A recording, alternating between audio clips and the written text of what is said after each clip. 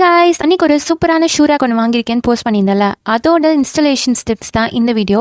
First ஒரு rectangular board எடுத்துட்டு இந்த மாதிரி ரவுண்ட் ஷேப்ல இருக்க கனெக்டர்ஸை எல்லா கார்னர்ஸ்லயும் நம்ம வந்து சொருகணும். முக்கியமான விஷயம், அது ஃப்ரண்ட் ஃபேஸிங்கா இருக்கணும், அந்த மாதிரி பார்த்து சொருகிக்கணும்.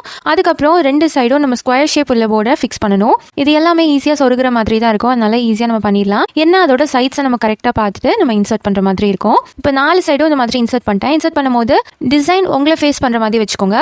இந்த நடுவில் இருக்க ஷெல்ஃபுக்கான கனெக்டர் இதுதான். ஸோ இந்த கனெக்டரை நடுவில் ஒரு கேப் இருக்கும், அதில் ஜஸ்ட் சொருகுனா போதும். அப்வர்ட் ஃபேஸ் பண்ணிருக்க மாதிரி இன்சர்ட் பண்ணிக்கோங்க. இந்த கனெக்டர் 4 சைடும் ஃபிக்ஸ் பண்ணிட்டா நடுவில் உள்ளதை ஈஸியாக நீங்கள் மாட்டிடலாம். ஸோ டோருக்கு ஒரு கம்பி மாதிரி இருக்கும், அது அந்த ரவுண்ட் ஷேப்லேயே ஃப்ரண்ட்ல ஒரு கேப் கொடுத்துருப்பாங்க, அதில் நம்ம சொருகணும். பேக் சைடு உள்ள ரெக்டாங்குலர் போர்டும் அந்த ரவுண்ட் ஷேப்ல டோர் சொருகின இடத்துலயே நம்ம சொருகிக்கலாம். எல்லாமே டைட்டாக ஃபிக்ஸ் பண்ணிருக்க மாதிரி பார்த்துக்கோங்க. அது கிச்சனு போய் ஒட்டினாதான் அந்த டோர்ஸ் ஓவர்லாப் ஆகாம அழகாக வரும். ஸோ எங்கள் வீட்டில் இந்த ஷூ ரேக் இப்போ ரொம்பவே பர்ஃபெக்டாக இருக்கு. கண்டிப்பாக இந்த வீடியோ உங்களுக்கு யூஸ்ஃபுல்லாக இருந்திருக்கும் நம்புறேன். டாடா.